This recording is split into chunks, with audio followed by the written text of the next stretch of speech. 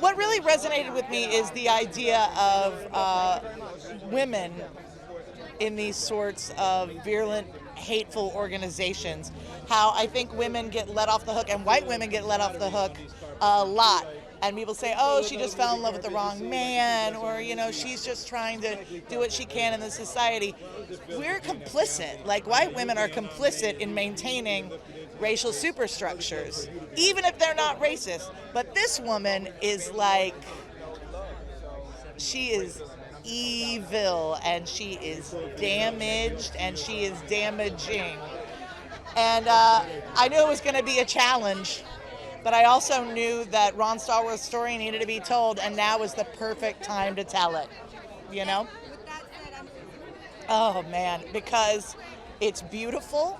There are moments that are so loving and so joyous, and then there are moments that are excoriating and that are so furious, and rightfully so. And he doesn't just, somebody called him a curator of culture earlier. He doesn't just curate culture, he advances culture.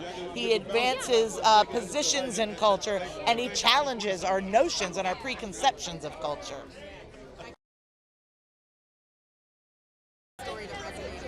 Well, to be honest, I just didn't think it was true. We all were like, is this the Dave Chappelle skit? You know, did this Mike? But you know, it wasn't. It's a true story. We've all met Ron. We've all heard his story, and it made it that much. Speaking of Ron, it made it that much more important to put it out there and to tell it, because it's so fantastic in a way that people don't. You know, people might not believe it at first, and you know, but that's the beauty of Spike Lee, is that he likes to take on those kinds of things. It's like, actually, yeah, this could be possible, and it is possible, and let's tell you exactly what happened, you know. So, and how was it? Well, it's honest, one, it's authentic, and he's talking about something, you know what I mean? I don't think there is a sort of a style, because I'm watching Spike, what he does with this film, and I love filmmaking. Like, I'm constantly kind of trying to learn from directors as I'm growing in my career as well. And so just watching Spike, he's doing new things in this new genres. It's fantastic to watch. And I was talking to Denzel actually after the New York screening, and he was just like, this is Spike. I haven't seen this Spike. Like, you know what I mean? That's just so he stays fresh, but still, you know, on the pulse. And but again, and he's just a proponent of actors, and when he gets this new generation of actors and giving us a platform to speak to what's going on as well, it's encouraging. And so that's why he's still Spike, the Spike that was back then with the Fishburnes and the Jacksons and the Washington. Like, it's just, he's still and the Rosies, and like, he's still doing that for us. And so he ain't gonna change, and so we're just happy to be on board. It's hard as an actor to sort of speak to what we hope an audience takes away from a movie, because when we're doing it, we're just you know, living in these characters and telling these stories.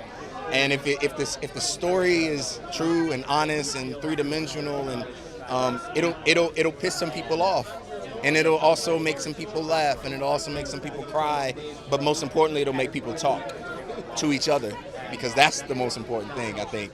Whether or not we decide, you know, how to solve racism.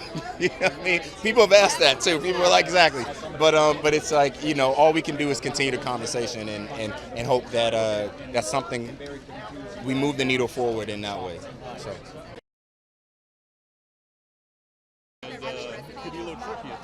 Well, I guess the answer is pretty obvious. The fact that it's a film directed by Spike Lee about the topics that it deals with is all I needed to know as an actor. That in itself is a humongous honor to be a part of. The great thing about the film is it's so entertaining, and it's easy to watch, and it has a flow and it has a groove. But then you get hit with some really serious topics that the audience walks away with, and I find it hard to believe that any person who sees this movie walks away just feeling like, oh, this was an entertaining flick without actually sinking deep into their thoughts about what the modern society is, what the state of affairs in today's United States, in America are. And that's a pretty good combination, in my opinion. Jordan Peele, Spike Lee, true story. I mean, it doesn't get better than this. As an artist, as an actor, this is the kind of role you wait for your whole life, you know. And I was fortunate enough to get it. And my goodness, I'm so honored to be a part of this. That's the key word. Hopefully, it starts the conversation. With this film, to me, what drew me the most, watching the final touch, the final product, was how we Americans sound. I discovered that watching it in France at Cannes Film Festival. We sound so ignorant sometimes. Hate, there's this lexicon of hate. And you see how generational it is. And that's how it's been able to, the resurgence of the Klan, and it's taught, it's instituted in these kids' mind. I mean, I think they're giving out candy now to kids for new recruitment tools. So there's a language there that's there on purpose in this film. It's very accurate to what happened. It's not just for shock value. He's not just throwing the N-word out because it sounds cool or to get your attention. No, this is how they talk. This is how people, the family barbecues, this is how they discuss things. So we got to be able to, whatever the remedy is, whatever the reversed or the opposite language of that is, we need to find it as a community and start that conversation.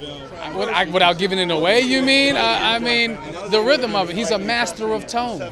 Being able to, art imitating life, life imitating art. He's able to capture these moments, these real moments. These are the humanistic traits, the everyday person, people of color, women of color, issues, the divide in our country. He's able to capture that in cinematic form and display it in such a beautiful way that we connect with it and it sticks with us for life. We become inspired from watching the film. We want to start the talk conversation. We want to wear a Malcolm X hat. We want to change our haircut. You know what I mean? Now, this was a true story of a black man that infiltrated the KKK. It's insane, and I read it and I just couldn't believe it, honestly. But then getting to see the character that I was portraying and being this strong, intelligent black woman in film, it's like unfortunately a rare opportunity. So I just was excited to be a part of it, and working with Spike honestly was number one. Yeah, because he's so incredible at touching on these very serious, real, relevant issues, but it's fun to watch and it has humorous moments and it's exciting and thrilling and there's kind of like something for everyone in it. So I think it just starts a conversation. That's the most important thing. I think I don't want to tell people exactly what to think, but I think that everyone will take something away differently. So I mean, it was a dream, honestly. Like, this is just such an incredibly talented group of people, but also just kind, good people, and we really enjoyed being together and making this film, and with our leader as Spike. He's just the most nurturing but strong and intelligent director, and I don't know, I just wanted to bring his vision to life and lend my voice to it. Automatic, yes, I'm going to be a part of it. It is, because this is the first guy to ever give me a chance in the movies, put me on the map, so it was kind of going down memory lane, to go back and work with somebody that believed in you. So it was kind of weird in a way, because it was like, wow, that was 25 years ago. Did a couple of projects and nothing's really changed, but Spike is still Spike, and exciting filmmaker, and it's always, when you're around those kind of people, it's special. I had no idea what the movie was going to be. I had no expectations. Sometimes it's better. That's when you get surprised, like years ago when good things happened. I had no expectations. I think this could reach a wide audience because it kind of appeals to a lot of people, and especially this time of what's happening in the world with Trump and all the craziness that's going on. I think it could be the right time for this movie, and it's a good film. The bottom line is it's a good movie. I was back 2 days from the Toronto Film Festival celebrating I, Tonya, and I got a call that I was going to do an audition in front of Spike. So I read the material and just grilled it and went in there and stormed in with some improv and some crazy choices. And Spike is just like me. He's just a crazy, film-loving, cinephile kid. And we hit it off pretty quickly. I hope it's a bit of a smelling salt for people who think that things have gotten so much better.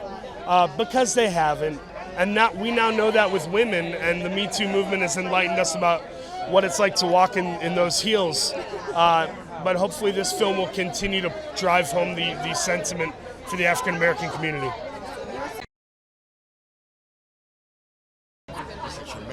The experience is very surreal.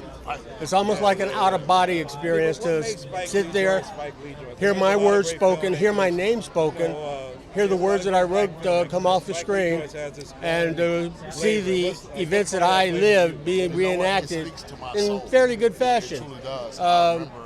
I'm very proud of what Spike did. I'm proud and happy because this man from QC Entertainment, Ray Mansfield, QC were the ones who had the script and who approached me about making it into a movie, and they stuck by me all the way. They put up with my constant queries. They were very patient with me, but ultimately these were a very fine, upstanding, respectable men. They never wavered in their conviction to be honest with me, and they turned it over to Jordan. Jordan got it to Spike. It all began with QC. Last question. Never imagined this in my wildest dreams. Never imagined it. As far as it being relevant to today, I didn't see it that way. I just saw the events that happened 40 years ago. Thank God we have this idiot imbecile in the White House that made it relevant for today, and I'm glad that all this has occurred. But I just wrote a story that I lived and felt the public should know about. 6 words: black man infiltrates the KKK. That's high Hollywood concept. And I'm glad you mentioned that because we did not want this to be a period piece. We want people to walk out of the theater understanding that history repeats itself, and we're in a very difficult time, not only in America, but in the world. Very proud. I'm also proud of my students, too, because I've been a professor of film at New York University Graduate Film School, so I'm proud of them, too. We just had our first, and you go, what kind of world am I bringing this person into? It's a real question. I've never been a parent before, and to get a project like this, it really is a piece of art. Just before I was involved, I thought, oh man, this will be cathartic. I have so many questions. No one knows what the answers are, but it's great to be part of something like this with a real artist like Spike.